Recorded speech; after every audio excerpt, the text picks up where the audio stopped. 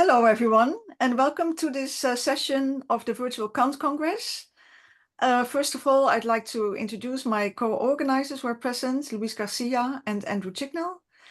And today we will listen to a number of talks organized by the Norwegian Kant Society on the Kantian foundations of democracy. And before I hand over to the chair of the session, I'd like to ask you to switch on your cameras if possible. And I also wanted to mention that we normally keep open the Zoom meeting after the formal part for those who have further ideas they want to share or questions they want to ask. So I now hand over to the host, Veros Mahmoud Shah. Thank you so much. It's my pleasure to chair this session.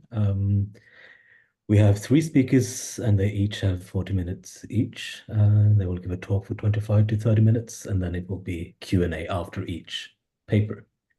And the first speaker is Reidar Malix, professor at the University of Oslo and also the chair of the Norwegian Kant Society and of the research project Kandem.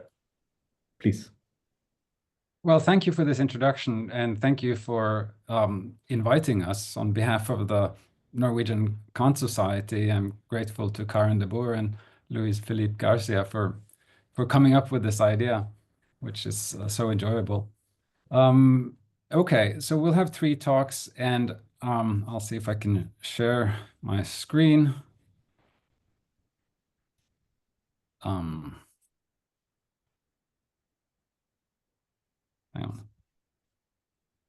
on. Just one sec.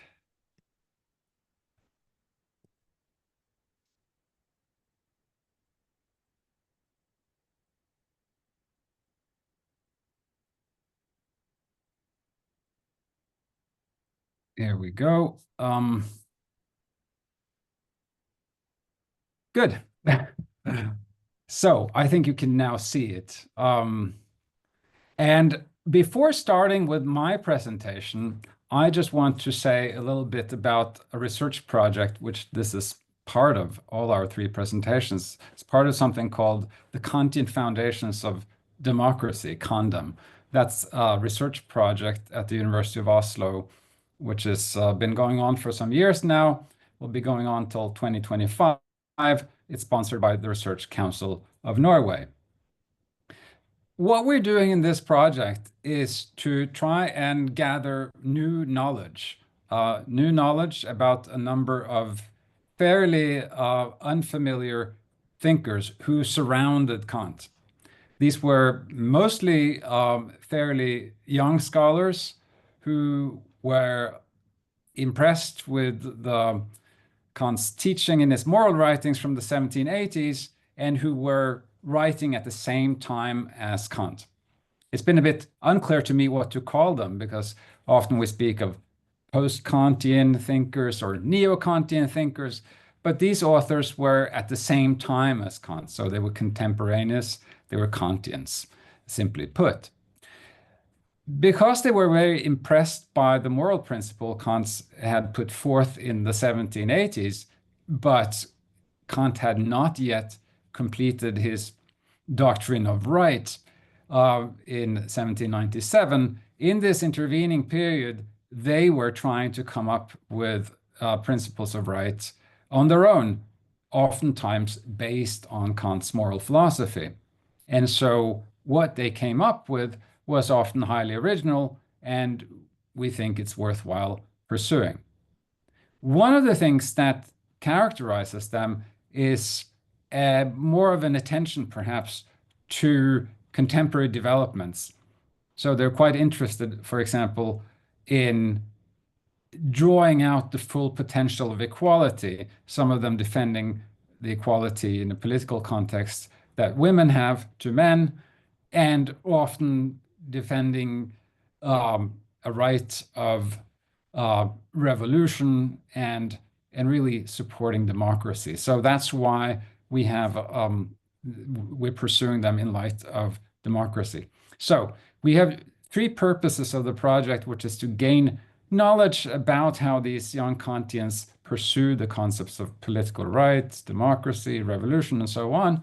The second purpose is to cast light on Kant theory, thereby by looking at analyzing these alternative Kantian theories. Perhaps we can also learn something about what Kant's theory is and what it isn't, and what potentials it has and still holds for us. And then the third objective of this project is to gain new knowledge of the history of democratic thought. That's an area in the history of political philosophy which is sort of underdeveloped, and lots of people are interested in it now, so we want to make a contribution there as well. All right, so what I'm presenting today is then an example of the kind of work we're doing in this project, although I should say that by necessity, by necessity and inclination, much of what we're doing is centered on Kant as well. We're trying to understand these thinkers in light of Kant, and Kant in light of these thinkers. What I'm talking about today is one of these, that's Johann Adam Berg. And let's see, here we go. The talk is called Perfection Through Participation, Johann Adam Berg on Democracy. And here's an overview. I'll speak briefly about the Kantians. Then I'll say a bit on Kant, on political rights, in particular on the controversy that he has stirred about his distinction between passive and active citizens. I'll talk about Berg's response to that, his view, and finally about why perfection requires political participation. Now, Berg, as I mentioned, was one of several Kantians in the 1790s, including the early Johann Gottlob Fichte, Johann Benjamin Erhard, Karl Heinrich Heidenreich, Gottlieb Hüfeland, Johann Heinrich Tiefdrank, etc. Lots of not super familiar authors who were trying to develop Kantian principles. They're usually bypassed as fairly unoriginal. A number of authors, especially in the 18th century, have just excluded them as epigones. One of them is Karl Rosenkrantz, who essentially saw the period they were living in as a time that was bookended by the genius of Kant and the equal genius of Hegel, and then a dry patch in between of uninteresting scholars, apart from sort of the mature Fichte. And so that raises the question, are they really so unoriginal? Are they just repeating what Kant was saying? And did they say something that was both different and interesting, essentially? And so I argue in this presentation that they weren't just repeating what Kant was saying at all, and Berg then is offered as a piece of evidence for that. What's original about him is that he offers the perfectionist theory of right, and that he has this very strong defense of democracy and equal political rights. About his biography, there isn't that much known. And sort of one of the fascinating things about doing research on these authors, of course, is that not very much is known about them because they aren't studied. Anyone who wants to read them will have to make do with, poorly printed 18th century sources, because basically only snippets exist in modern editions. They aren't, Berg, there doesn't exist a modern edition of Berg, and I'm aware of a handful of articles. Apart from me working on this, there is another scholar, Takuya Saito, who's also writing an article on Berg. But sort of, it's very easy to get to speed on the state of the art. That's a benefit. Anyway, I'm digressing. He lived from 1769 to 1834. He was a Kantian philosopher, publicist, and translator in Leipzig. Never got a job at the university. Sometimes considered a German Jacobin because of a strong defense of revolution and democracy. He published 2 books that are significant for someone who's interested in Kant. One of them is his, essentially constitutional theory, from 1796, Die Untersuchungen aus der Naturstaat und Völkerrechte. And then the second one is Briefe über Immanuel Kants metaphysische Anfangsgrund der Rechtslehre. As you'll see, that book was published exact same year that Kant published his Doctrine of Rights, so he was hot on his heels, very quick turnaround. And it's interesting because you can see what Bach thought about rights in 1796 before Kant had published his magnum opus and what he thought after Kant had published it, and that can lead to interesting contrasts. Now, as I said, the one thing that attracted me to Bach was his vigorous defense of political rights and his insistence on equality in that matter. And I think many are familiar with Kant on political rights, specifically the right to vote, which he ties to citizenship. And the difficulties that are caused by Kant insisting that actually citizenship comes in two kinds. There are active citizens with the right to vote, and there are passive citizens who lack the right to vote. And the latter are passive, it seems, although scholars disagree, but it certainly is because they depend on others. And likely that has to do with their socioeconomic position in society. So the example would be differences between, for example, a school teacher and a private tutor. So a private tutor is dependent on the master in a household where he goes to teach, whereas the school teacher is not dependent on a master. And if it's a public school, the school teacher is just dependent on the state, which isn't to depend on a private will.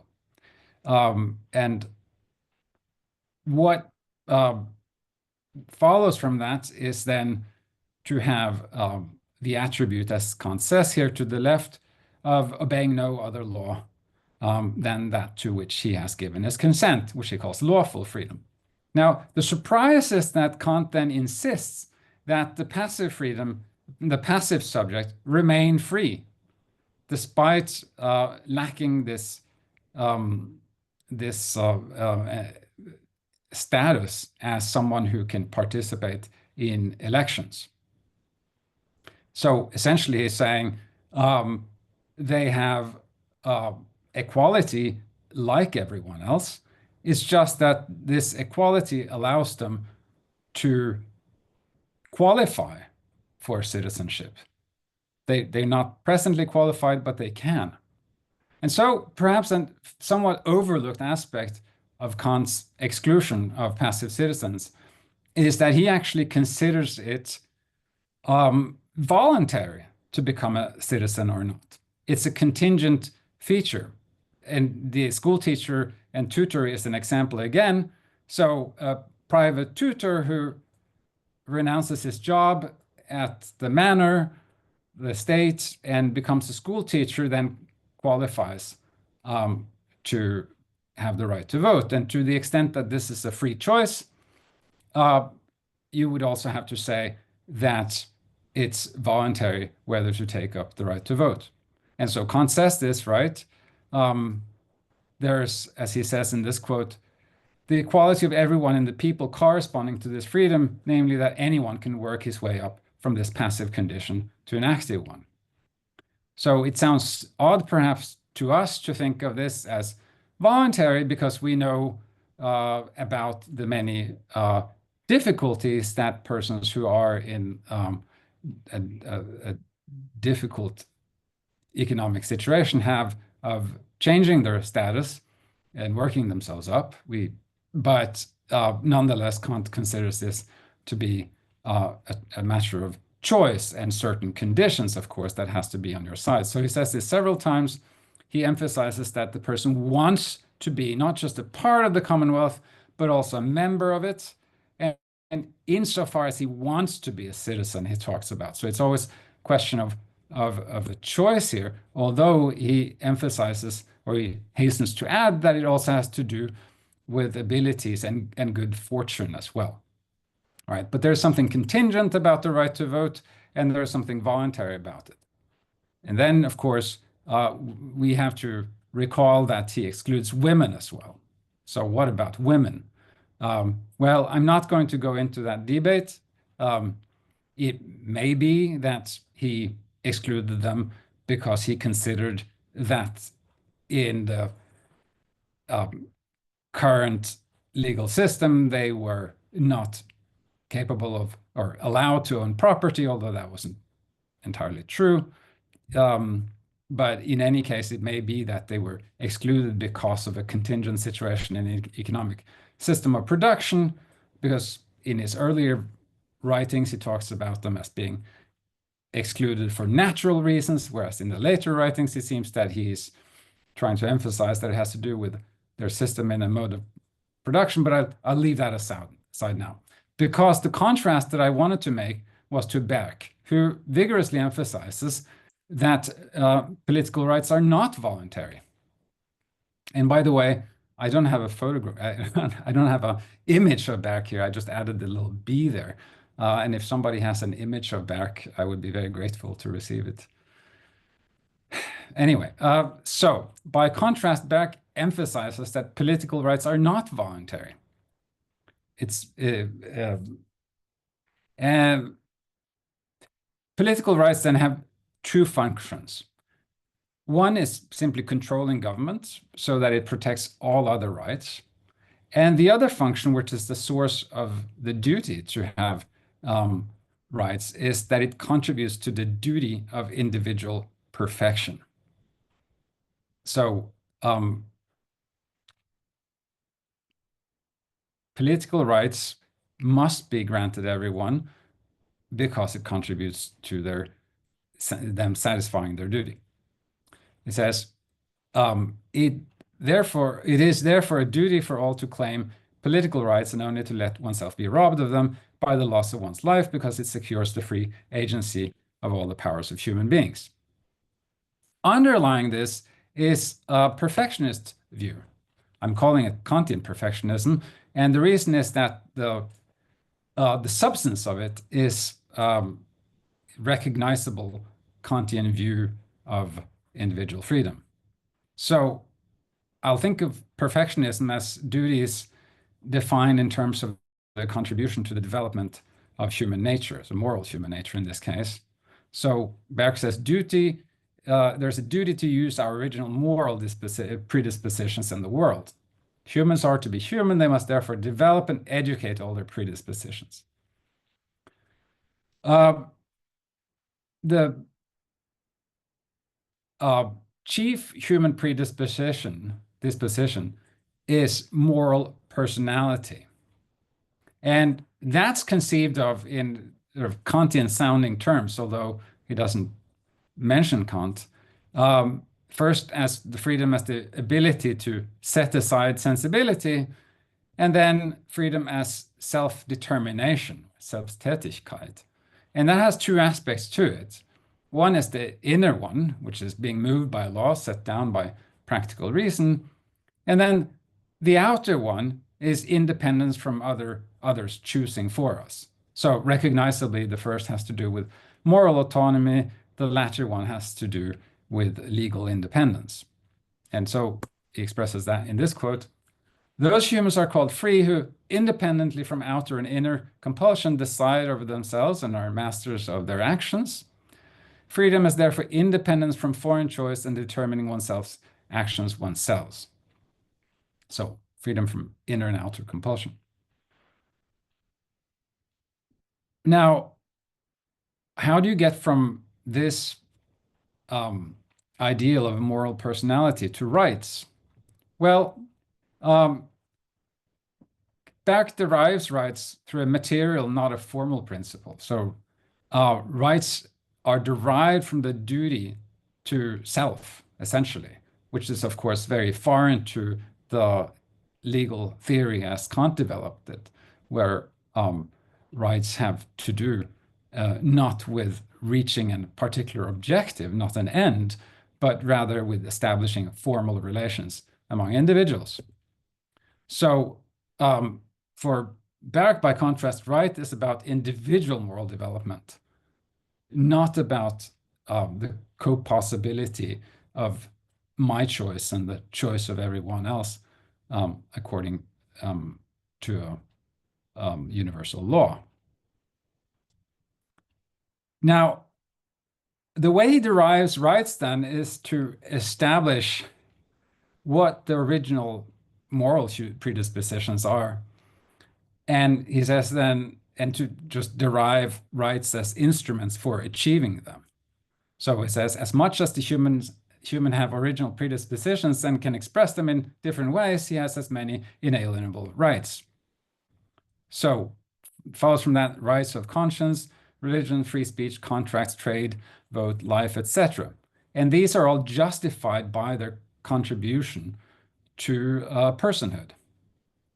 In many respects, of course, these rights are the same that Kant would defend, with the exception, of course, of a right to life, which Kant is not defending, but Berg is defending it because it's a precondition for perfection, of course, to have life. And so it's instrumental in two senses, that the various rights we have are means for these predispositions, and it's instrumental also in its view of the state. The state's purpose is to protect these rights, and force is justified as a combat violations that are preventing the fulfillment of these duties. Now, I mentioned that this was a strong defense of democracy, and how then does this this perfectionist view of rights, justify democracy as a system of government? Well, the argument seems to be that there's a duty then to pursue the human purpose of self-determination. And second, democracy is unique as a form of government in favoring this kind of agency. And it is so because those who are citizens in a democracy, they participate in elections, they run for office, they discuss in the public sphere, etc. And in all these activities, they have to inform themselves, they have to be accountable to others, and all that contributes, in his view, to knowledge, honesty, and patriotism as well. Constitutional patriotism is what he's talking about, because it doesn't have to do with emotional attachment to a cultural unit, but of an attachment to the Constitution. So he's arguing that then that democracy is the best educational institution for humans on Earth and the purgatory for its passions. So both cognitive skills and virtue are perfected through democracy. And that may sound a bit foreign to us, but of course, some of this is quite familiar from thinkers like Alexis de Tocqueville, one or two generations later. All right, so that's the reasoning. Because democracy is unique in this way, it's both a right and a duty to participate in democracy. So the form of government must accord with human purposes. The more active and industrious humans can be in their life, the more they express this purpose, and the more instigation the human spirit has to activity, the more it's fully perfected. Now, even though we recall some thoughts like that from Tocqueville, it may sound wildly idealistic, because it seems like in some democracies, it's not exactly conducive either to knowledge or virtue. We just have to look around at democracies today. But it's important to recall then that Berg seems to be operating with a scope condition, which is that he's talking about the form of ideal democracy, a democracy where people, for example, are not excluded. Though I should also say, before moving on to the next topic, that of course this is the ultimate foundation of his argument against Kant. Exclusion from participation is a denial of perfection. because it leads, in his view, to slowness, stupidity, egotism, and distrust. So exclusion is not so. Exclusion on the worry on a Kantian view would be that, or Kant's view would be that exclusion is to not recognize the right of everyone to be their own masters. For Berg, it is the problem with exclusion is it denies persons to satisfy their ethical duty of perfection. All right. So anyway, as I was saying, it presupposes a fairly idealized view of democracy. So it isn't about just any democracy, but about a democracy that includes respect for equality. So effects do not apply under severe inequality. So a state where there is slavery, for example, wouldn't qualify as a democracy. And so Berg draws the conclusion that even the US states are not really democratic because they favor landowners and wealthy and therefore are not impartial. Okay. Now, I'm going to approach the end of this. It has some interesting consequences. One of them, which is that comes from achieving an end as the justification for a right. And one of the worries there is that it makes inalienable rights, those connected to achieving personhood, contingent on empirical facts that are conducive to their realization. So, for example, due to our need as moral beings to develop our knowledge, we have freedom of speech. And freedom of speech is what helps us develop ourselves as knowing beings. But of course, whether freedom of speech achieves that or not is highly contingent on the society in question. So either it is contingent on this particular society, or its contingency is avoided by adopting the kind of scope conditions that I was just talking about. And of course, it's important to realize that you don't get strict rights out of this the way you do get for Kant, right? Because there may be many separate paths towards satisfying the duty of enhancing one's cognitive faculties. Another consequence that one might worry about is that in setting up the goods to be achieved in the derivation of rights, you allow for an interventionist state that can restrict coercively freedom of subjects for their own good. So the good of developing personhood. Though that worry doesn't seem to be that clear in the case of Berg, because like several other scholars at the time, including Wilhelm von Humboldt, he was quite insisting that the state should restrict itself to managing external affairs, and rather than to try to educate the citizens. So one effect of the state and its laws is to provide conditions of possibility for education, but it shouldn't insist on the curriculum, let's say. So the state is not an institution of education, but an institution of security under laws, and these can only concern the actions of human beings in the sensible world.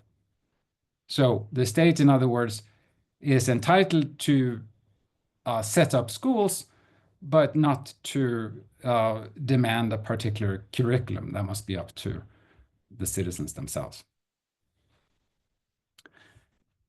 Okay, I'm coming to the end of this presentation, and in terms of evaluating Berg's Kantianism, the question I started with was whether this is original or whether he's just mocking or mimicking Kant, and whether what's original is of any interest. And I think by now there are two things that are clear, I hope. And one is that there is a significant continuation of Kant's legacy in the concept of moral self-determination. So the underlying concept of freedom as self-determination is certainly drawn from Kant, perhaps via Fichte or the early Fichte, which is also lurking in the background here. So, yeah, clearly this is a Kantian theory, but it's also, by contrast to the claim by Rosenkranz and Bosendorf and other critics, it's also quite an original view, because it should also be clear at this point that it doesn't really resemble the philosophy of right that Kant eventually went to develop. And some of that is quite interesting. It's a highly original defense of democracy, which, by the way, was very unusual in Germany at the time. It was a country where democratic institutions of government were non-existing, and in scholarship, democracy was generally thought of as a very undesirable form of government, and in public discourse, the term was not used. But there's a highly original defense of democracy here, very, very strongly carried out. So that's original. It's also original because the principle of right is material, not formal. So rights are defined in terms of the good, and that certainly takes Berg quite far away from the formalism of Kant's mature legal theory. And finally, another aspect of this, which is quite interesting and in some respects desirable, which is this connection between ethics and law, which Berg has, and of course, which absolutely Kant is not interested in, which has no part in Kant's doctrine of right. As you remember, for Kant, the incentives to abide by law do not affect the juridical status of actions normally. And Kant concluded that a nation of devils could govern itself perfectly fine.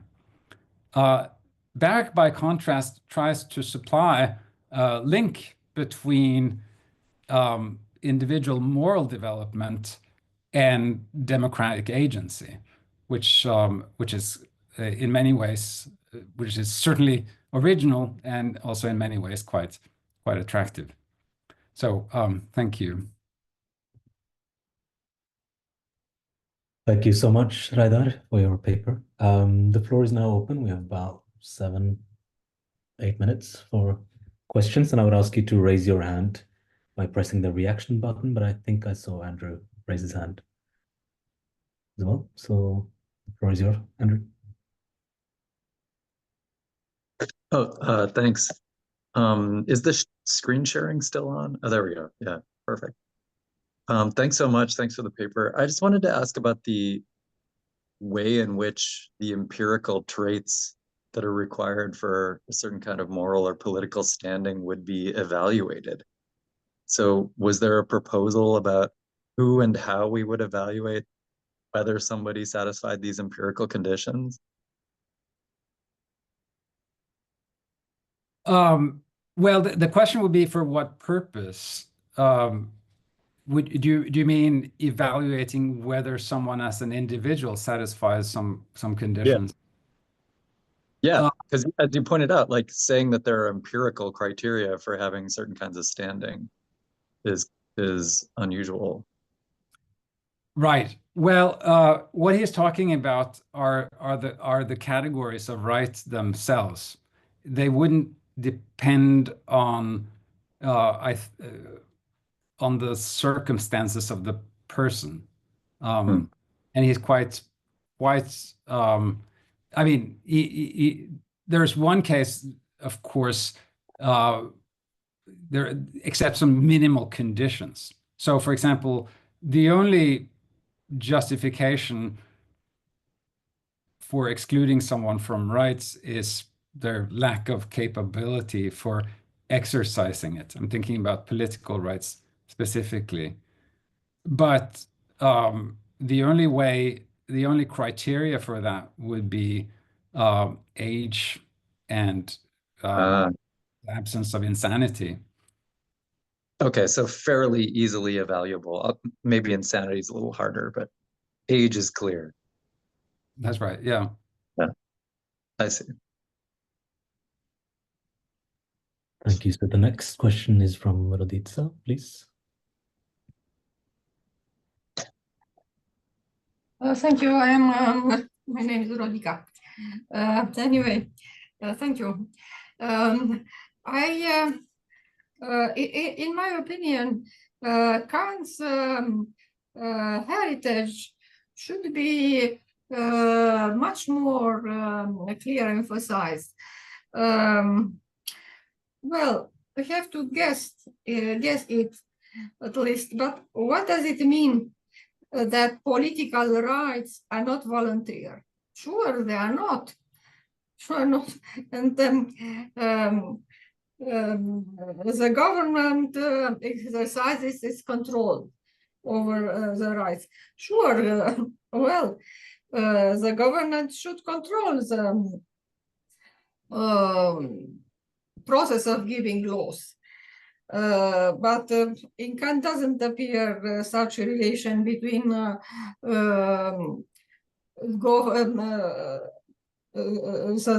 people in charge to make laws. That is a relation between citizens and the parliaments.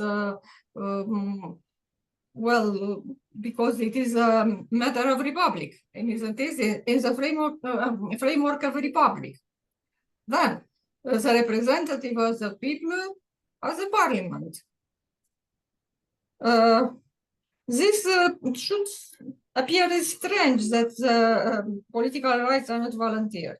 But in respect to freedom, well, Berg, it seems that Berg, well, develops two kind of freedom which appear in Kant. One is ability to set aside sensibility. The ability is not in terms of Kant, mere the necessity to put aside sensibility. And the self-determination means transcendental freedom, maybe. Berg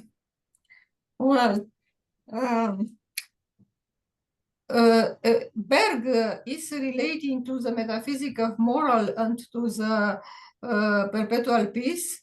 And he has in view the critique of practical reason and other writings of well, metaphysics or metaphysical foundations of morals. That is only political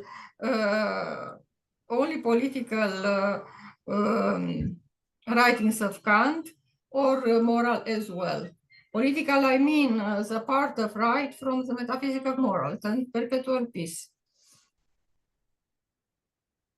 This was my questions. Right.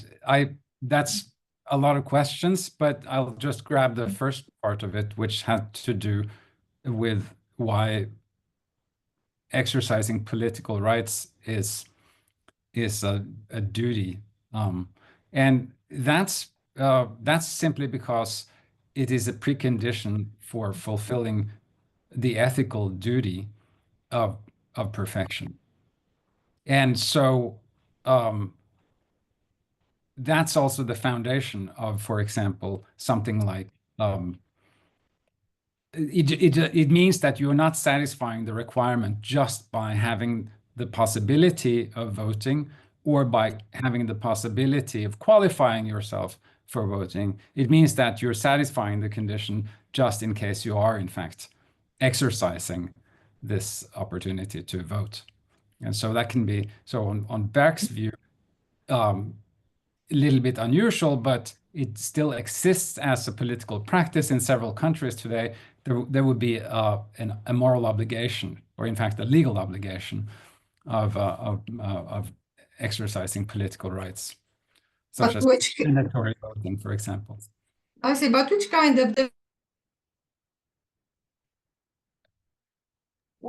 of democracy has him view, Berg in view? Well, it's a form of electoral. Sorry to interrupt this, but I think we need to move on to the next questions. Okay. Sorry. So we have 3 more questions, and we'll just gather them up, and then Raida can respond to all of them collectively towards the end.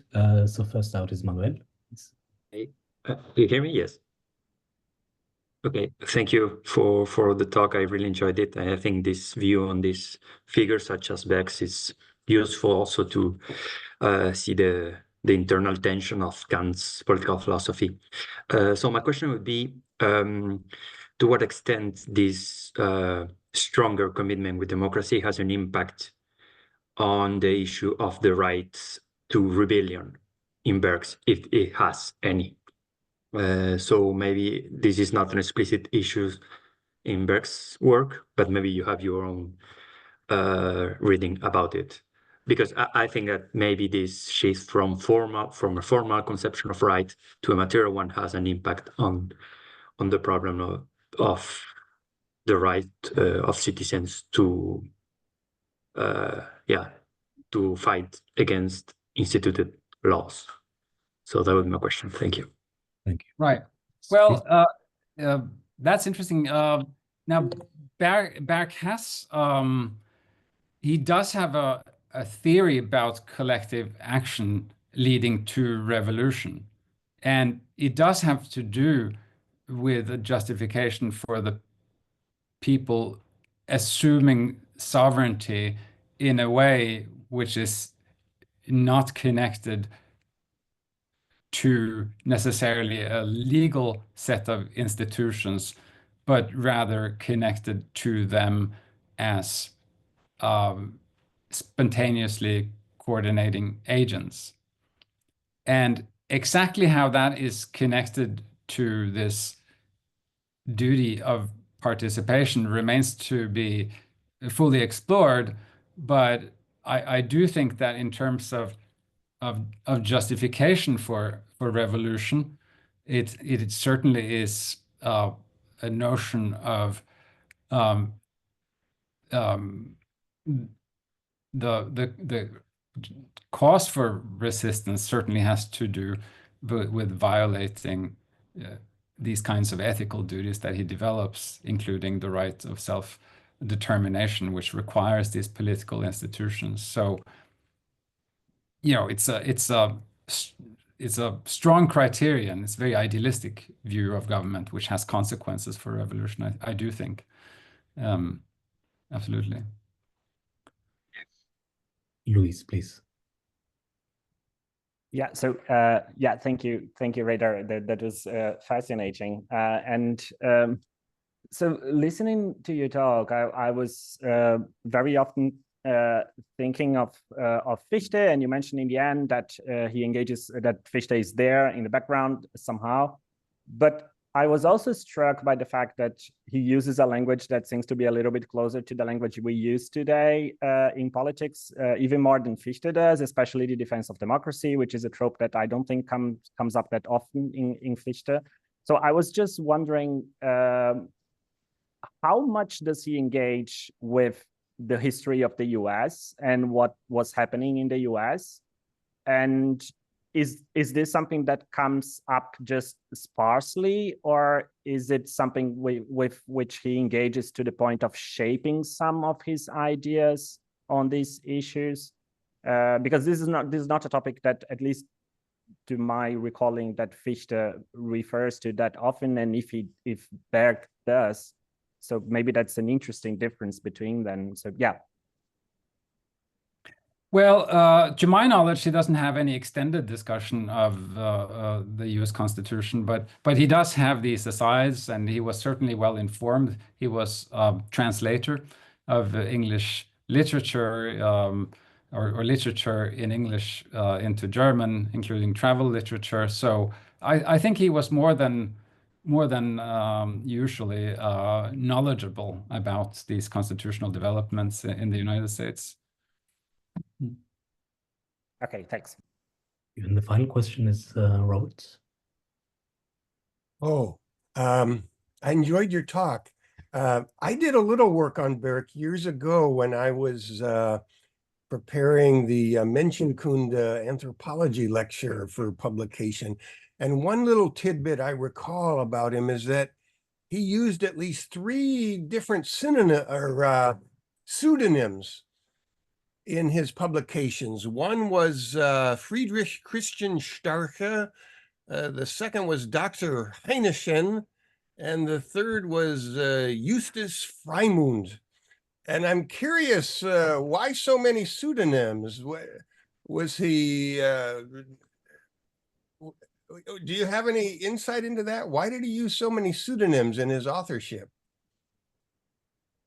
I don't know. think. There was one more, of course, which is that his constitutional treatise from 1796 doesn't use a pseudonym, but it also doesn't use his name. So it's anonymous. Okay. And so that would be for obvious reasons, perhaps a worry about being identified as a radical or even a Jacobin. As for the other pseudonyms, I'm not sure. Heinechen, he came from Heinechen, I believe, a small town somewhere. So maybe that had a personal resonance for him, which doesn't fully explain why he took it up. I don't know. But it does complicate things a little bit. For example, in the one and only exchange he had with Kant, which was about some minor issue, he does use the pseudonym Heinechen. So therefore, it's not clear whether Kant was able to identify that person as also the author of some other writings of his, etc. It does complicate things, but why exactly? I don't know. Well, thank you for all the people who asked the questions and to Reidar. So the next speaker out is Elizabeth Widmer. She's a postdoc at the University of Oslo and at London School of Economics. She's going to present the paper Johan Benjamin Erhard on economic injustice. Please.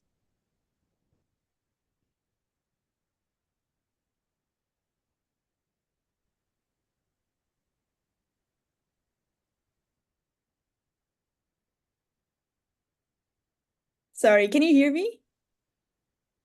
Yeah, okay. Great. And you can also see my presentation, is that right? Wait, I think you see the wrong thing.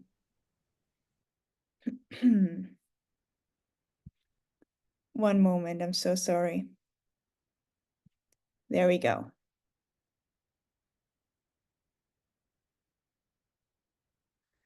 Okay, yeah, so I am going to talk about Johan Benjamin Erhard on economic injustice, which is also a paper that I wrote as part of this group that focuses on these figures.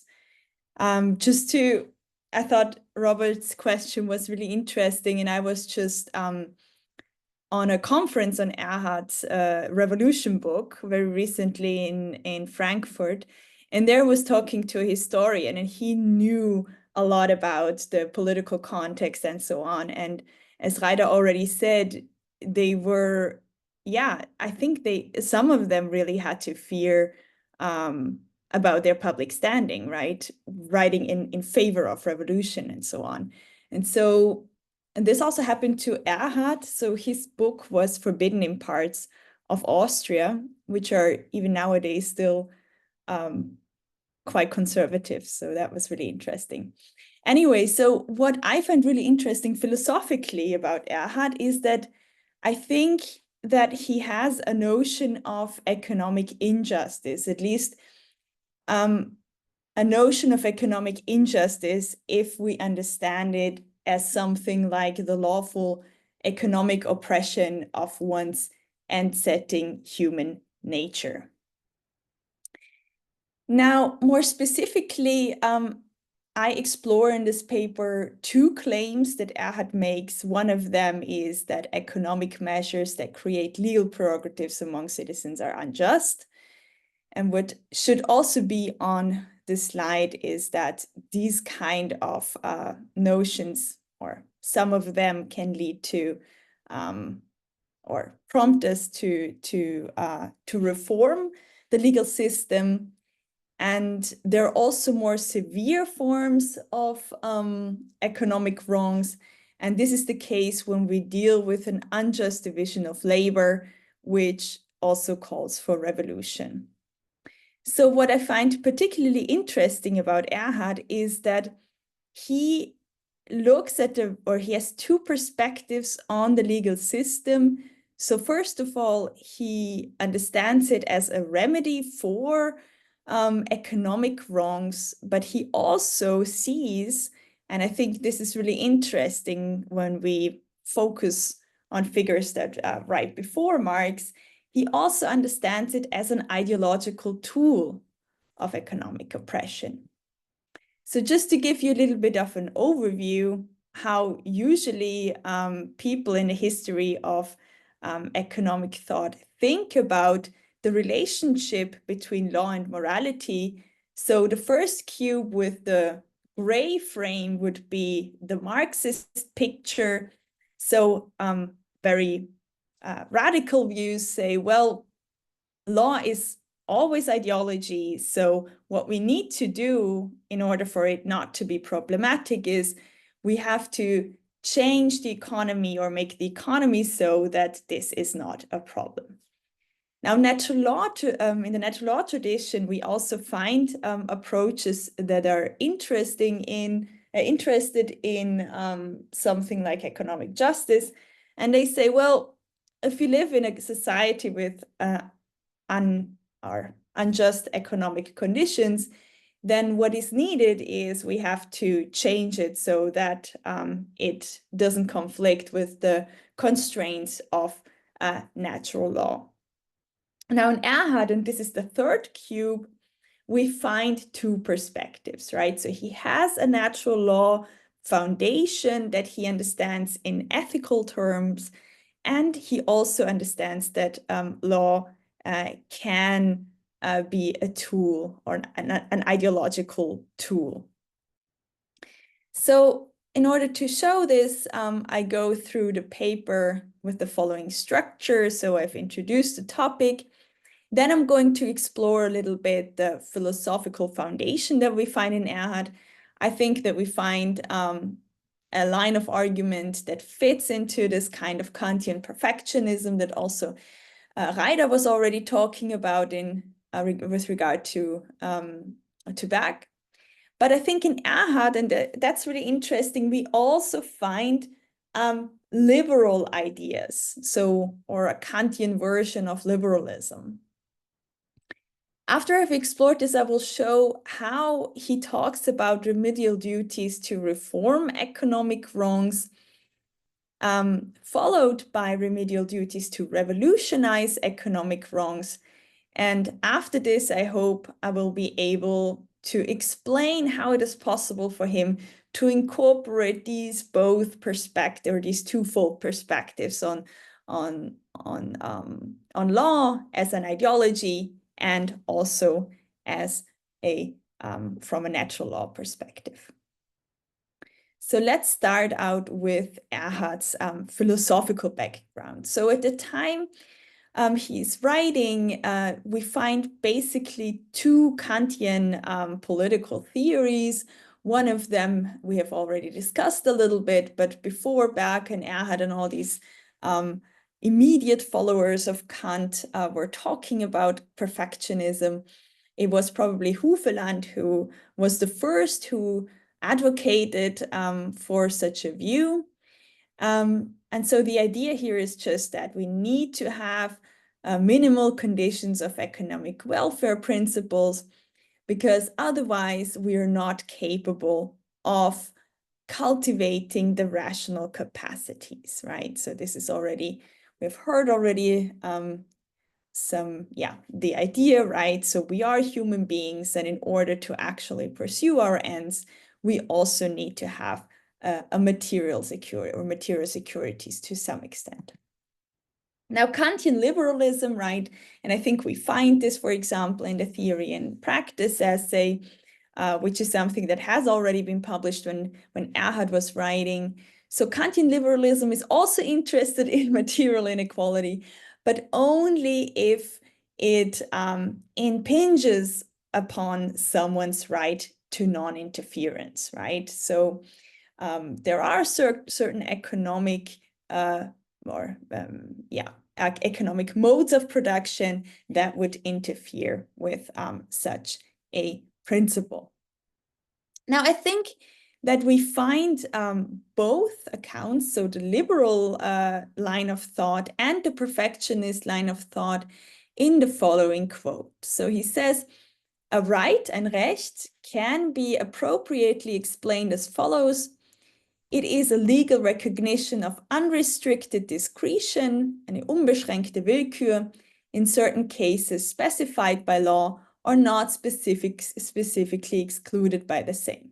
If others are excluded from exercising this right by a particular law, not only does a right arise, but the right also arises.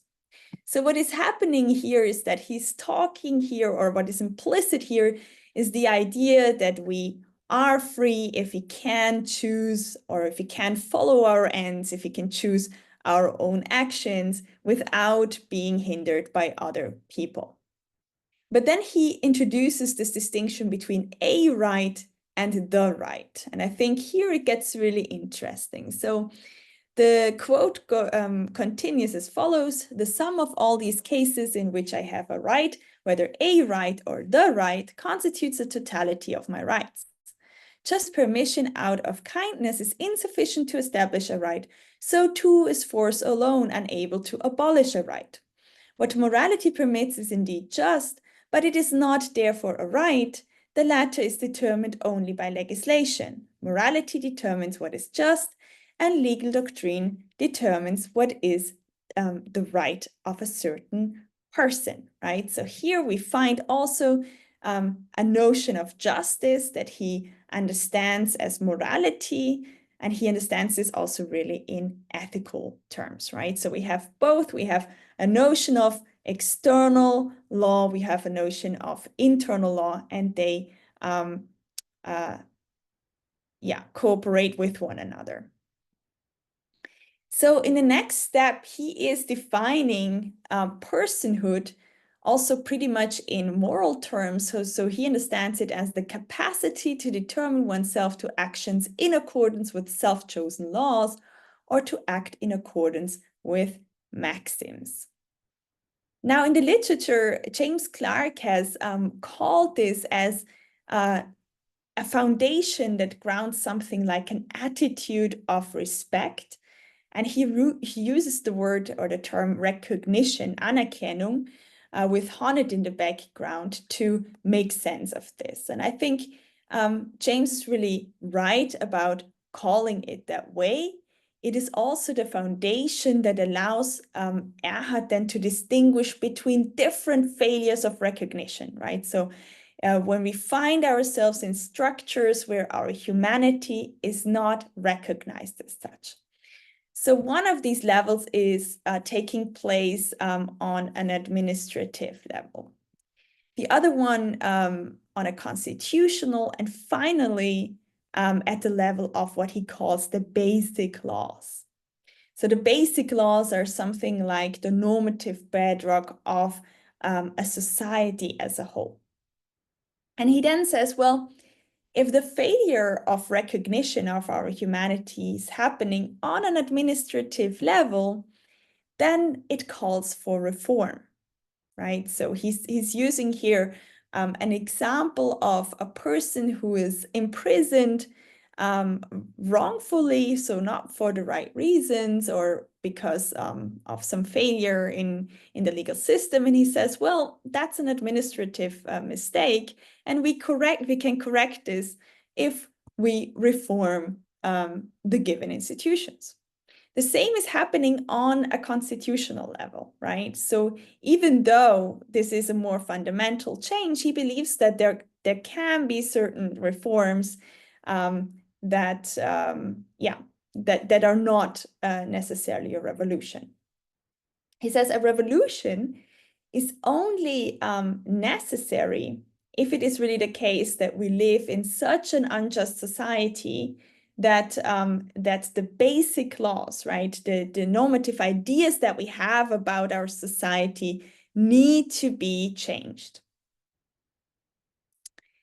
Now, with this in mind, I think we can now probably better understand the normativity at play when Erhard is talking about remedial duties to reform economic wrongs. So Erhard puts quite some emphasis on the duty to yourself, which, according to him, commands to show personality in everything you do. Now, this is, I think, or this reminds very much of the metaphysics of morals, where Kant says, do not make yourself a mere means for others, but be at the same time an end for them, right? So he specifies this duty right before he talks about his notion of innate right. Now, in the Kantian literature, there have been interpreters like James Ferner and Carol Hay, who say, well, the first part of this formulation, do not make yourself a mere means for others, is the foundation to ground perfect duties. The other part, right, be at the same time an end for them, is what is grounding imperfect duties. Now, I think this is a really interesting way of reading this passage in Kant, but what I think, or what caught my attention, is that I think Erhard has quite a similar idea when he's talking about what kind of normativity is at play when we specify rights and duties. So Erhard says reason evaluates a law in two respects: in itself, as appropriate or contrary to the moral nature of a human being, and in relation to the end to be achieved by the law. So I think in the background, he has something in mind like a Kantian distinction between perfect and imperfect duties. But before I move on, because there's so many different definitions out there, let me just quickly say what I think is Erhard's account of perfect and imperfect duties. So I do not think that for him, this is foundational for the right and morality distinction. I know that some people read Kant that way. I think it's also not right to read Kant that way, but it's definitely not correct to read Erhard that way, because for him, these ethical principles, or moral principles, as he calls them, ground certain rights that are also effective in the legal realm, right? So, for example, the right to be treated humanely, or the duty to resist oppression. So, the way I understand it is really a formal distinction, right? So, the perfect rights and duties is contrary to what contradicts our human nature in conception, right? And the imperfect duty is what is contrary to what contradicts of what we can will because we are human beings. Okay? So with this in mind, right? So the first one dealing with conceptual contradictions, the other one dealing with contradictions in the end when it comes to the willing, right? To the procedure of willing. I think we deal with these kind of perfect rights when Erhard is discussing these nine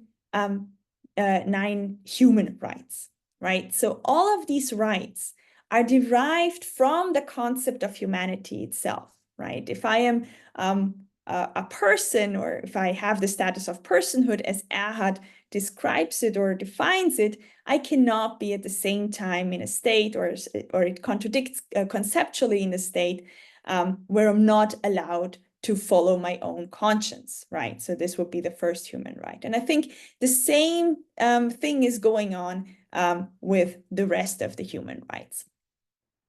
But then, and I think this is really interesting, Erhard also starts talking about specific concepts that do not, that are actually neutral, right? They do not conceptually contradict with the notion of humanity, but in certain contexts, right? In certain empirical contexts, it can be the case that a principle is used for a specific end that contradicts of what I can rationally will. And I think this is what we find, for example, in the following passage. So he says, for the comfort of life, it is often good for rights that it be exclusively granted to one.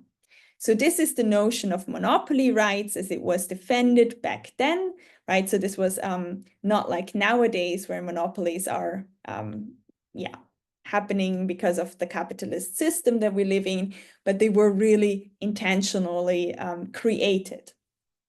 So this is the natural and legal origin of monopolies. These institutions do not inherently violate human rights. However, since they always represent a limitation of the original rights, they must submit to a critique of their necessity for the welfare of society.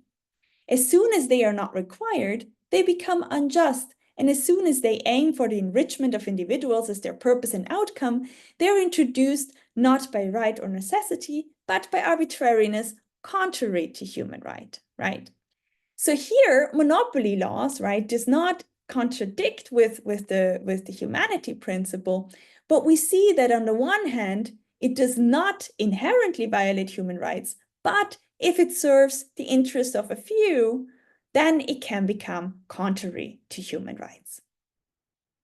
I think the same thing is going on when Erhard is discussing more severe cases that call for revolution. So here he talks about a specific class division as follows. So he says, when the labor practices, the Arbeiten of the people, are so oppressive that they are not allowed any time to engage in anything human, but everything is rather designed to keep them in the stupidity of a beast of burden, then they have the right to a revolution. However, they, the people, will not easily know how to make use of this right, and the nobility would certainly be safe if humanity had solely a sense of justice without religion. Such a people lets God lead them out of servitude through the path of religion.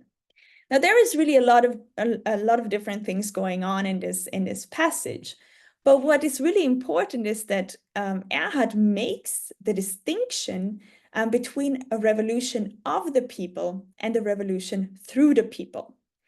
One of them is just because it is really the people who are basically get back or get out of their immature state and become a mature collective body. And the other one is unjust because it comes from above and it does not really revolutionize the problematic basic laws. So the interesting case is here that revolution itself is a neutral concept, right? And this is very different from Kant, who believes that there is a conceptual contradiction going on with the requirements of a civil condition. The end in the context, right? So here again, it's the same with the monopoly laws. The end in the context decides whether or not it constitutes a contradiction in the will, right? And this is why he says a revolutionary act is justified only if it serves a further moral end, such as ending injustice or making justice possible, as he says at one point in his book, or genuinely establishing justice or enabling the conditions for enlightenment, right? With these three ends, it is justified to instantiate a revolution. And there again, there is a lot of empirical knowledge going on, or a lot of empirical knowledge you have to gather in order to understand whether this is really the right action to take in this specific situation, right? So with this kind of perfect, imperfect distinction that we find in Erhard, I think we can finally understand how it is possible for Erhard to have both a natural law account, right? That is basically the moral foundation of the whole society, while at the same time also having the sensitivity for law being completely or being ideological, right? So his focus on the context sensitivity allows him to have these two notions and to understand or have a more refined understanding of different grades of economic injustice. Okay, I'm going to stop here. Thank you very much for listening in. Thank you so much, Elizabeth.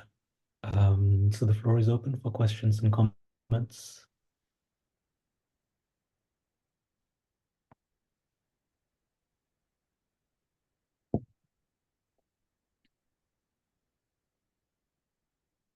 Karen, please. Yes, thanks, Elizabeth. That was very interesting. I would like to ask a more general question related to this notion of perfectionism, which was also in Ryder's talk. And I was wondering if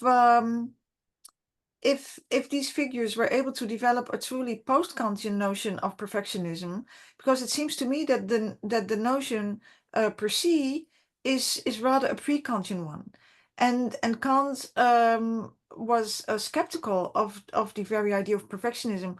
I think, at least as it was developed within the Wolffian tradition. Yes, because it suggests that we can continually improve without any principle limits.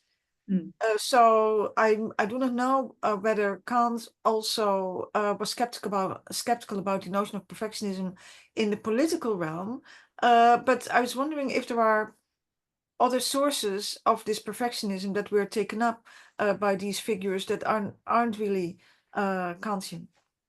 Yeah, thank you so much. So I definitely do think that it is a specific kind of perfectionism because, of course, Wolff didn't have the notion of humanity that plays a huge role in their notion of perfectionism, right? So I think their general idea is, okay, we understand the human being as an end in itself, right? The human being is a being, an end-setting being that moves in social contexts and interacts with other people.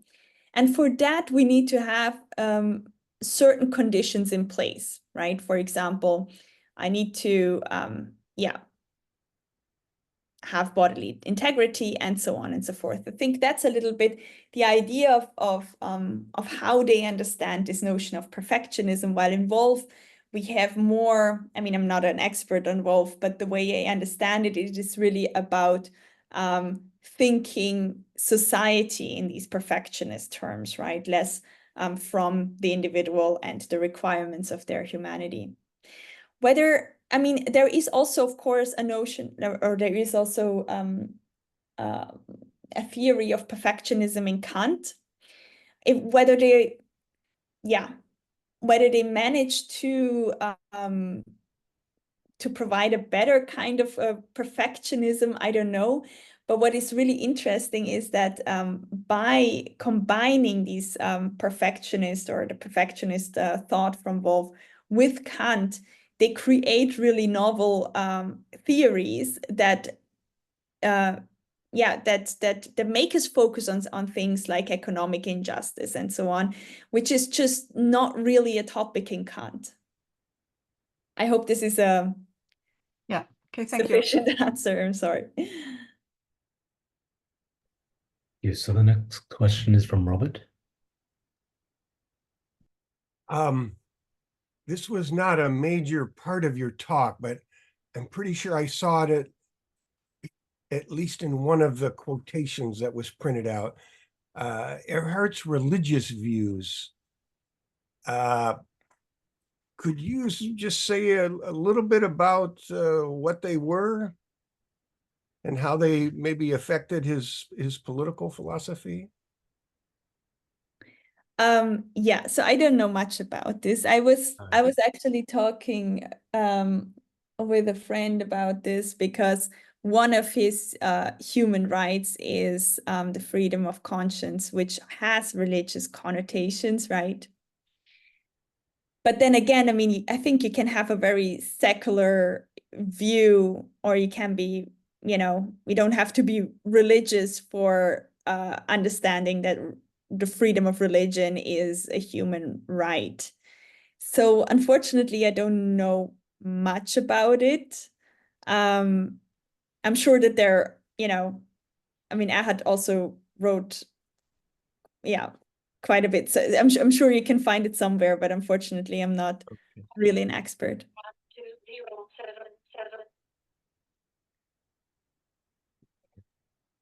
Thank you. The next question is then from Luis. Okay. Yeah, so thank you, Elizabeth. That was very interesting. And I was thinking about one of your slides, the one in which you had reform, revolution. And you made this distinction between current constitution and basic laws. Mm-hmm. And I was wondering whether he elaborates about this. So what is the distinction between current constitution and basic laws? Does he identify a certain set of basic laws? Are these laws somehow related to morality? Or so how does he make this distinction? Yeah, thank you so much. So I was in a reading group with two Fichte scholars, and we read Ahad together. And maybe that's why that's why I'm responding the way I'm responding right now. But I don't know if you've ever read the Revolution, the Revolution book of Fichte, but he's making like these, right? He's making these circles where he says there's morality and then there's right and so on and so forth, right?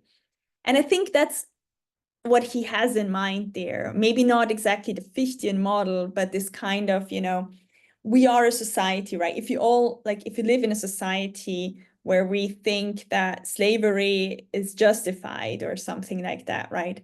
This is really attacking the fundamental laws. But then, you know, there are some changes, right? And of course, that also comes with a fundamental renewal of the Constitution and administration, right? But this is just like the most fundamental thing, right? Like if you're living in Athens, we somehow believe that slavery is right? And that can call for revolution because it is so, you know, like the injustice is so through and through there in society that there is actually no reform possible anymore, right? But then these other things, and that's just interesting, right? Because he's really saying that the Constitution can also be reformed. And I mean, you know, like in Europe, that happens, right? I mean, the Americans are crazy about their institutions, but we just, you know, changed the Constitution or like one little thing because there was, you know, these things happen. And I think he has that kind of thing in mind, right? Like where it's just, yeah, we deliberate about it, we change it.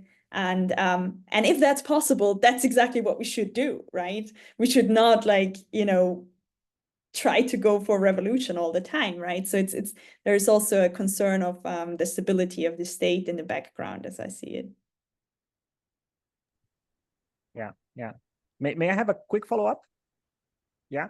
And so are these basic laws, according to him, atemporal, or do they change in different contexts and circumstances, or he doesn't elaborate on this? Oh, I see. Yeah. So I think the basic law, like, I think it's probably important to say, like, in all these kinds of levels, you know, there is a material or a substantive side of these laws, and then there is the formal side, right?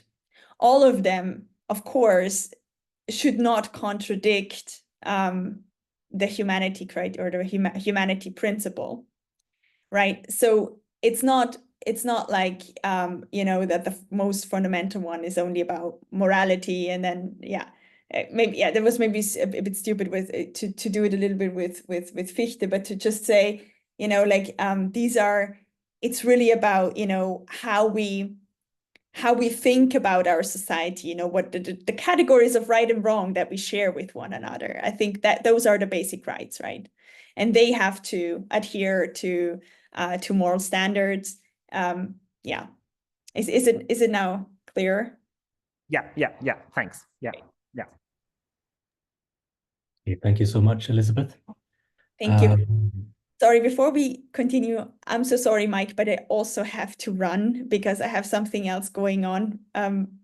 Sorry about that, but thank you so much for all. Sure, no. Okay, bye. Have a good talk. So Mike, I'll stay. So the next speaker out is Michael Ryluk. He's also a postdoc at the University of Oslo and at the moment visiting the University of Copenhagen, Denmark. And his paper is called Kant and Democracy, Problems and Possibilities. So please. Thank you. For Oz, no need for anyone to stick around. I can just talk to an empty Zoom. That's fine. Okay, so let's get started. I should say, in contrast to Ryder and Elizabeth's talks, I'm going to be talking more or less strictly about Kant and maybe from a more contemporary perspective, although I've done plenty of historical work on these lesser-known Kantian political theorists from the 1790s. So I'm breaking rank a little bit, but I promise I've been doing my job here and respecting the wishes of the Norwegian taxpayer. Okay, so let's get started. Great.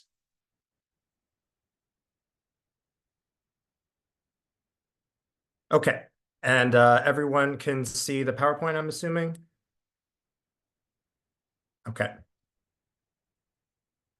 And yeah, I should say, I'm supposed to work this up, I think, into something for the APA blog, which maybe explains why I'm using this occasion to test this out. Okay, so Kant and Democracy, the year is 2024, and it's the year of democracy and of Kant. So what do I mean by that?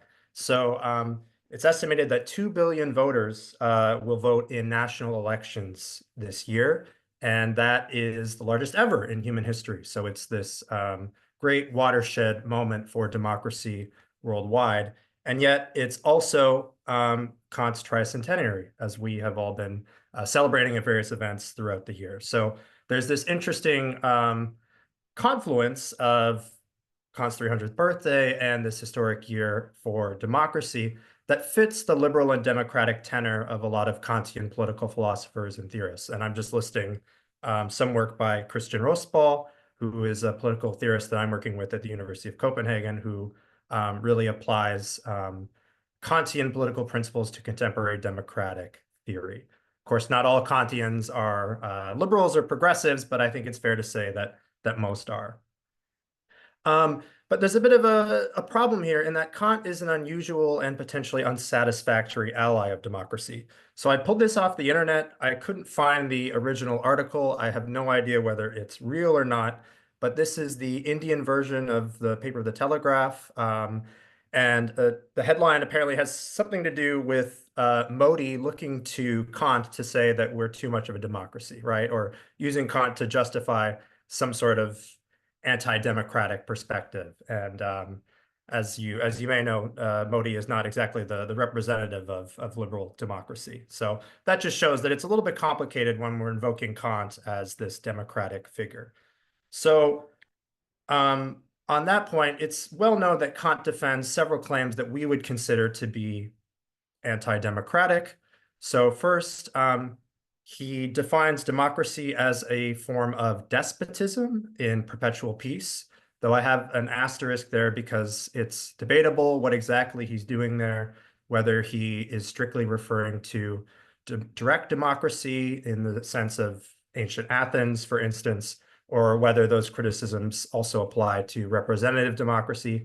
As I'll go on to mention, Kant has some more favorable things to say about representative democracy or parliamentarianism in the doctrine of rights.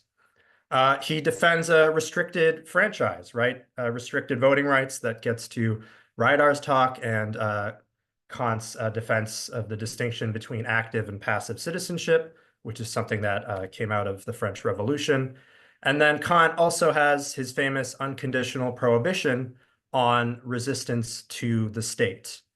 And we can think of this as anti-democratic in that if a people is living under some sort of authoritarian tyrant and it's their collective will to overthrow that tyrant, we would maybe think of that as something that's consistent with democracy or good for democracy, but Kant says that's prohibited. Although, as the asterisk indicates, there are some people that think that there are instances, according to Kant, where rebellion might be permissible or even obligatory, but I disagree with those people. Anyway, okay, so again, just to sum up, lots of reasons to think that Kant is suspicious of democracy or not a straightforward advocate for democracy. And yet, that's what we're supposed to be figuring out here at the University of Oslo, although we're a little dispersed right now, as you've heard, that Kant has this contribution to democratic theory and that there's even an entire tradition of Kantian democratic theory. So there must be something to support that position. And, in my view, the democratic elements of Kant's political theory really follow from his commitment to republicanism, which is a distinct but related political commitment or political tradition, as I'll try to make clear as we go along.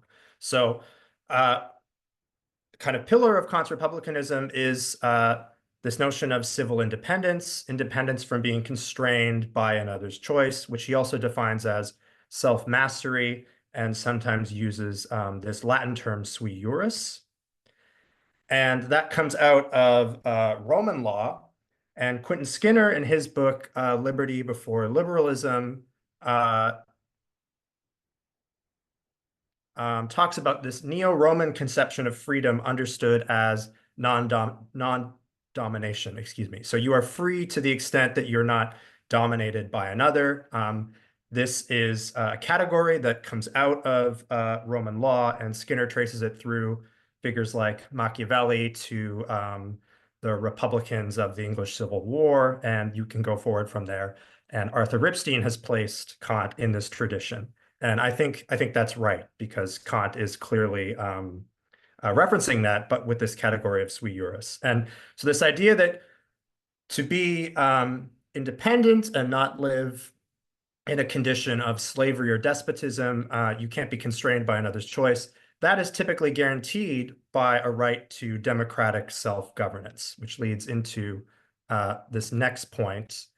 Kant also defends the general will as the criterion for the legitimate exercise of state power, for instance, in Theory and Practice, but also elsewhere. So how does this relate to the independence point?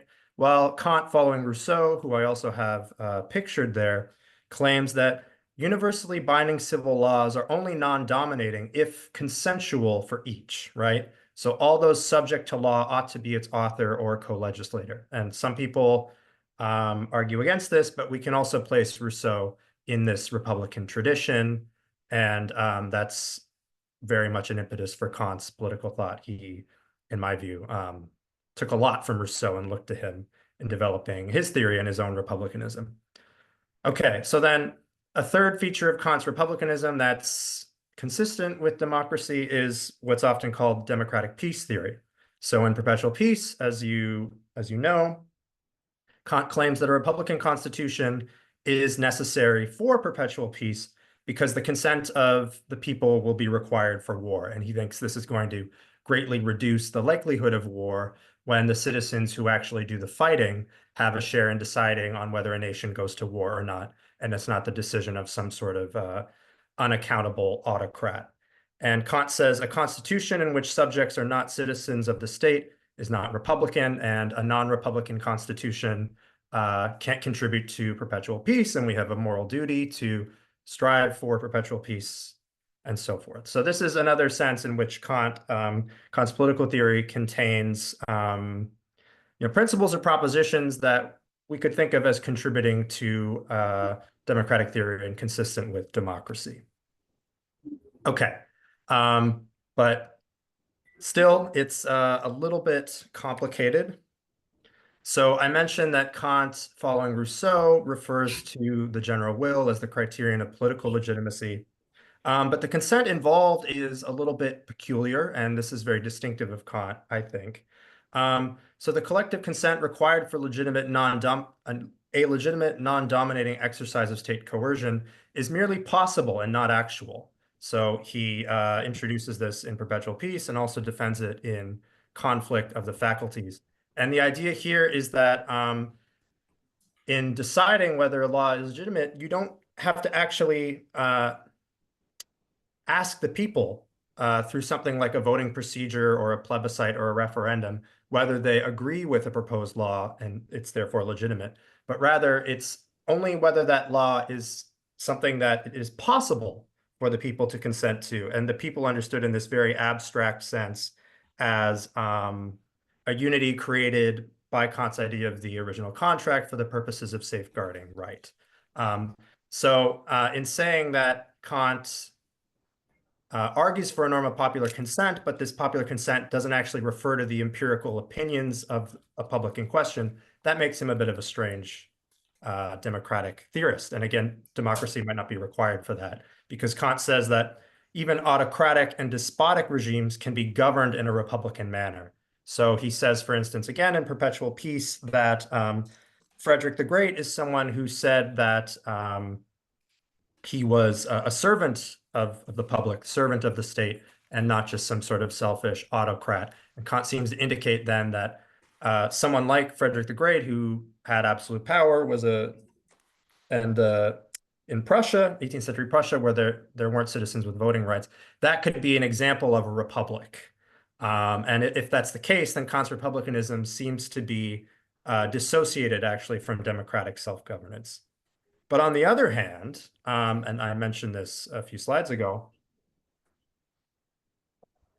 Kant, in arguing that a republic is the rightful form of state, says in the Doctrine of Right that a true republic is and can only be a system representing the people in order to protect its rights in its name by all the citizens united and acting through their delegates or deputies, right? So here he seems to be saying that a republican constitution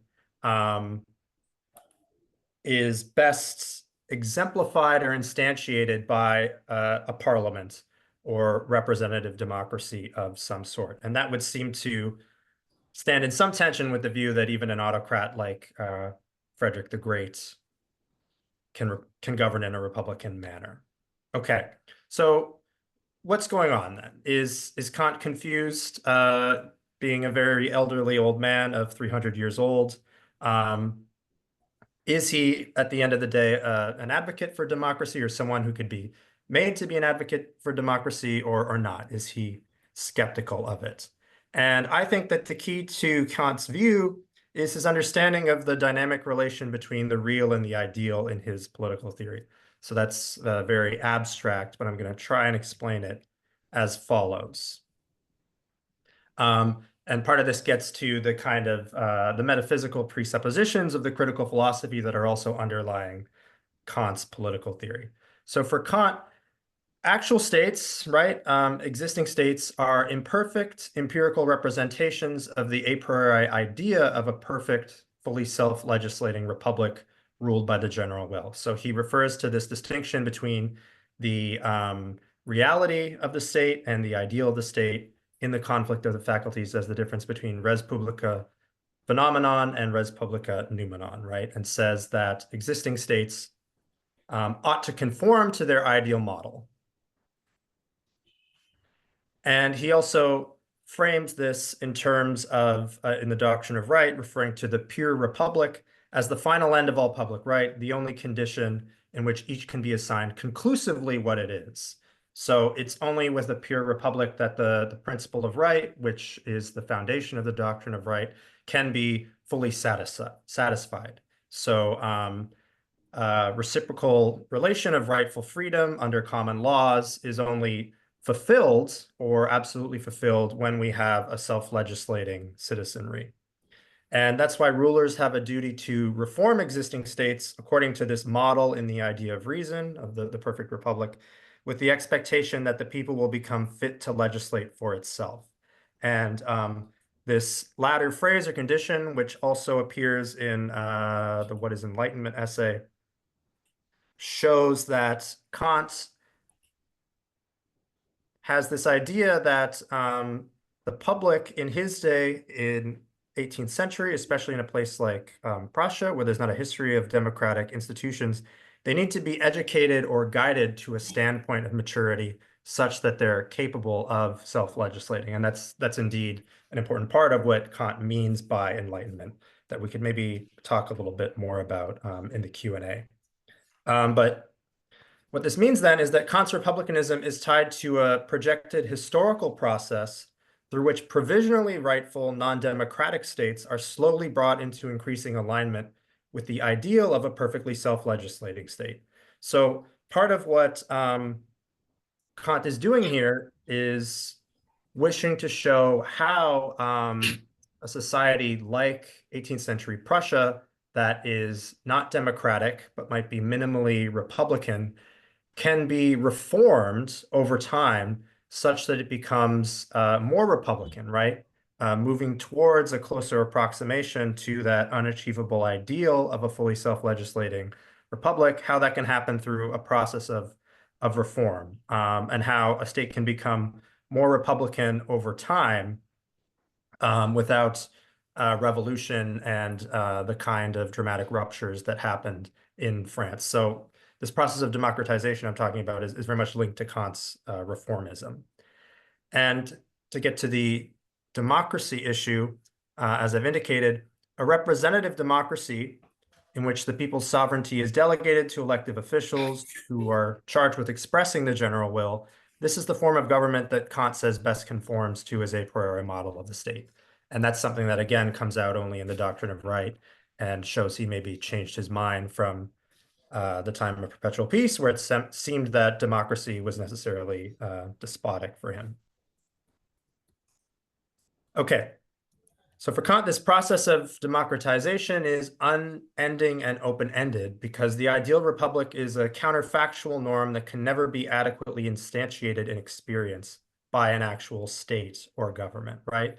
So because we can never actually fulfill something like the norm of a society governed by the general will, there's this constant normative demand to bring the existing state into closer and closer conformity with that ideal. And that's how existing states become more republican over time, but also more democratic, Kant seems to be suggesting. And in that sense, we might think of him as an advocate for democracy. But again, because this process is, in principle, infinite and open-ended, we might say that this course of democratization continues to this day. If Kant were alive today, he might look at something like the anti-majoritarian elements of the American Constitution or American government and say that there are elements that are clearly contrary to this norm of a self-legislating republic or the general will, and that reform is also required there in order to make that state more rightful and to be brought into greater conformity with Kant's standards of right. So even though a lot of what Kant has to say about government and some of the more conservative elements of his political theory seem geared towards his 18th century context, in a way, this process of democratization that he theorizes for us might be something that we can think of ourselves as still living through. Okay, and I was very quick.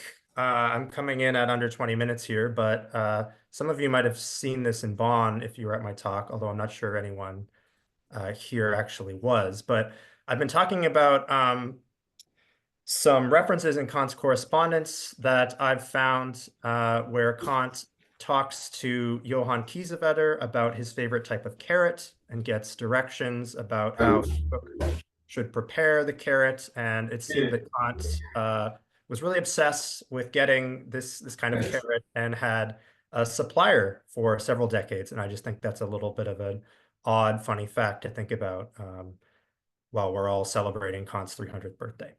Okay, thank you.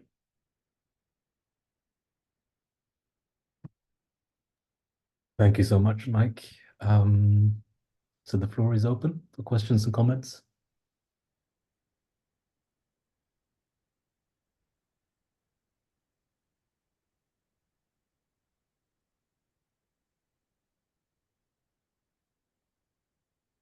Karen, please. Yes, thanks, Mike. That was very interesting. However, I was wondering, if you don't stress a bit too much the convergence of republicanism and democracy, and maybe the broader question is, well, why is it so important to somehow present Kant's philosophy as in line with democracy theory? Couldn't we also learn a lot from Kant by looking at his skepticism in relation to mass democracy?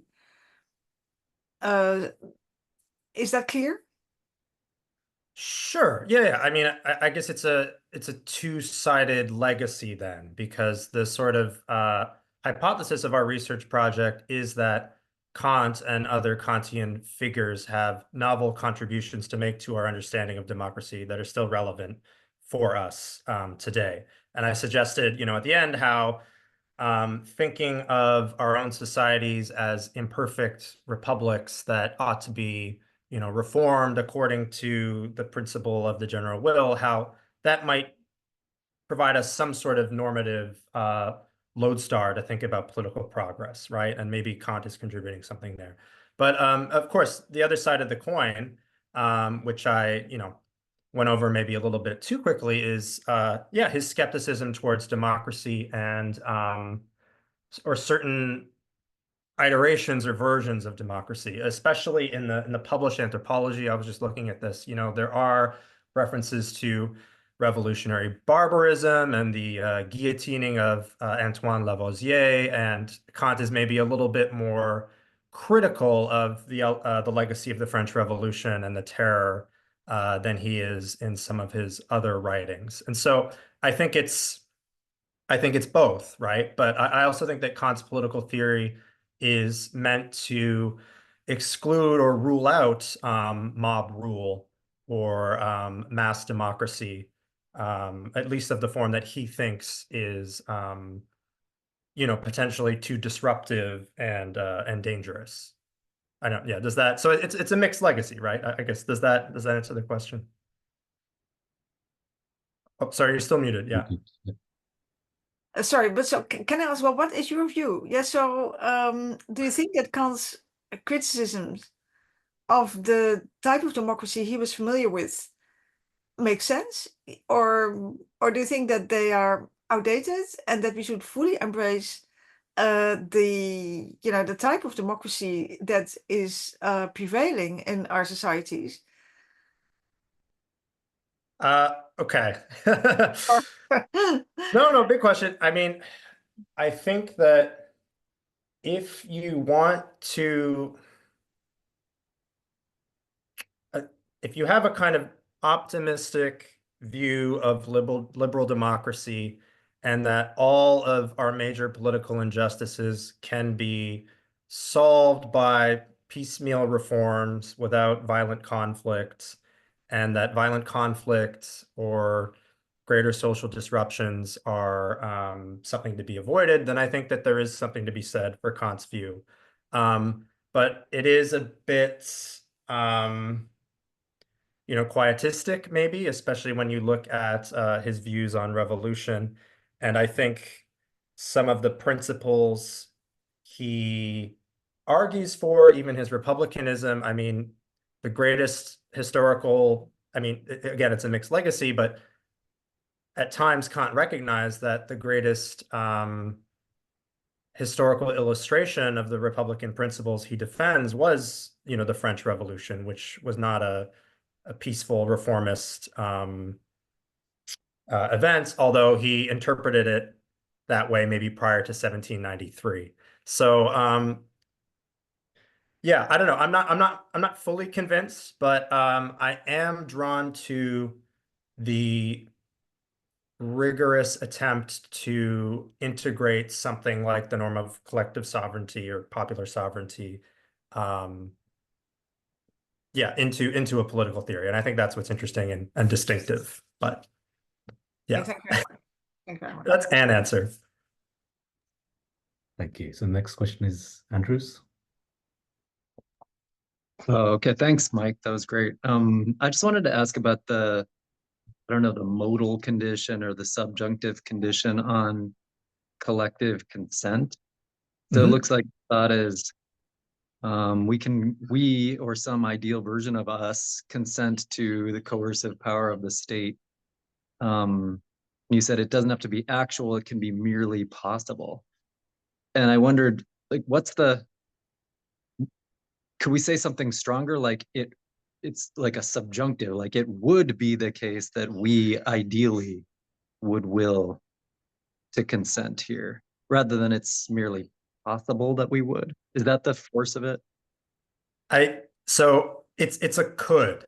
I think that's the modality. And actually, I was on a panel with someone in Bonn. You maybe know Ava Wright, who gave a really interesting talk. Yeah, using modal logic to show why the possible consent view, or the emphasis on Kant's version of collective consent being possible as opposed to actual, how that works with modal logic. Because there are people such as Pauline Kleingeld who argue that Kant changed his view after the Theory and Practice essay, and that actual consent became the relevant criterion for him. I don't think that's right. I don't think the textual evidence is consistent with that. If you look at what he says in the Conflict of the Faculties, for example. But yeah, so then what does that mean, this could, or what we could possibly consent to? I mean, he says that in Theory and Practice,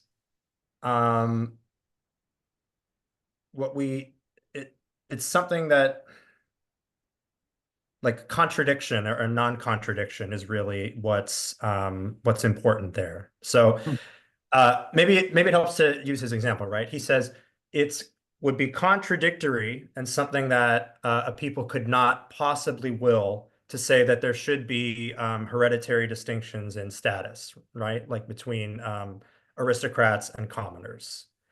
So that's the example of something that he thinks that a people understood as, a unity constituted out of the postular public right could not possibly consent to, because it would involve rights that are unearned rights that are given to some and denied to others, right? So it's really this like very abstract legal criteria in terms of what could be lawful for a people, understood in a very abstract sense. And even moving to what would a given people hypothetically consent to, Kant wants to resist that, because that, I think, maybe brings in an element of too much contingency. I see. I thought it was going to be a sort of idealizing conception where let's get rid of all of the non-ideal bits of us and of our collective, and then think about what we would consent to. But it sounds like it's not that substantive. It's really just this negative consistency constraint, sort of on the model of a version of the categorical imperative. Yeah, it's so in that sense, it's it's not Rawls exactly, right? Yeah, it's a little bit more abstract than that. Yeah. Yeah, it's not what would we consent to in like a hypothetical bargaining scenario or something, or deliberative session. It is different. Yeah. Okay, interesting. Thank you very much.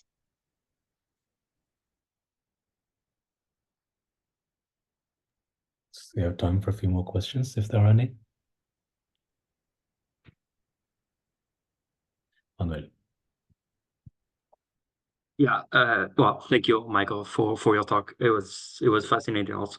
And my question is kind of a follow-up question to the discussion you just had with Andrew, because I think that I remember some passage from Theory and Practice in which I think I use something more than just this negative, or this distinction between the possible and the actual. And I remember something as Kant saying that in many cases, or in most of the cases, we should not allow this dialogue with the actual people for resolving public affairs. So how we can reconcile this with this ideal appeal to people's consent? I mean, because it seems to me that it's not just a matter of saying it could be like that in the actual reality, but somehow also being very skeptical about the possibility of this, not the formal possibility, but about the plausible cases in which that would be actual. I don't know if my question is more or less clear, but how we reconcile this with Kant's skepticism towards the actual possibility of having a rational deliberation from the people in public affairs. Right. Okay. So yeah, let me say something and then you tell me if this is helpful. So if we think of actual consents as the criterion of legitimacy, you know, Kant is worried or potentially could be worried about a sort of situation where, you know, like a tyranny of the majority type thing, right? Where it's a 50+1 to, you know, deny a minority in a population of their rights, right? And so what a majority consents to is not necessarily rightful or lawful for Kant, right? So maybe that gets a bit to Karin's question as well about, yeah, skepticism about a certain version of democracy, or you know, that might resemble like direct democracy more so, right? So that's very much there. But nevertheless, he thinks that you know, because of stuff like the definition of civil independence, that the use of public coercion is only justified if you could consent to it. He still thinks that has normative significance and wants to be able to appeal to that Rousseauian idea while also maybe, you know, bracketing some of these or ruling out some of these difficulties that that you pointed to and that are bound up with actual consent. And that's why it ends up creating this sort of domain of legal, or it's meant to provide like a broad space for what is legal or lawful in terms of law. And yeah, to refer to collective sovereignty as a norm, but again, it can be applied or instantiated without actually consulting what the people think. So yeah, I think that the skepticism is kind of built into his idealization of the principle of the general will. Does that answer your question, or? Thank you.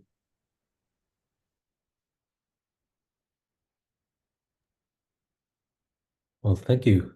If there are no further questions, I think we can draw the session to a conclusion. So I'd like to thank all of you. I don't know if you want to have some final words, Karen. Yes, so so that was great. So thanks everyone, both the present and the absent speakers for a great session. And thanks to everyone for participating in the discussion. So I'd like to mention again that we'll keep open the Zoom meeting for those who have further questions or want to share things that they don't want to share while the recording is on. And I also wanted to mention the next session of VKC, which is on October 2, and will be hosted by the Australasian Kant group, and will be on Kantian ethics in Asia Pacific. So I hope that many of you will be able to join us in 2 weeks or so. Thank you very much. And just one point about the next session. So it will be October the 3rd in China and October the 2nd in the US. And in Central Europe, it will be between the 2nd and the 3rd, 2 a.m. So I apologize for that. But those in the US at least will be able to join. So yeah. Okay. Yeah, that'll be an evening session for us in the US for once instead of the super early morning session. Okay.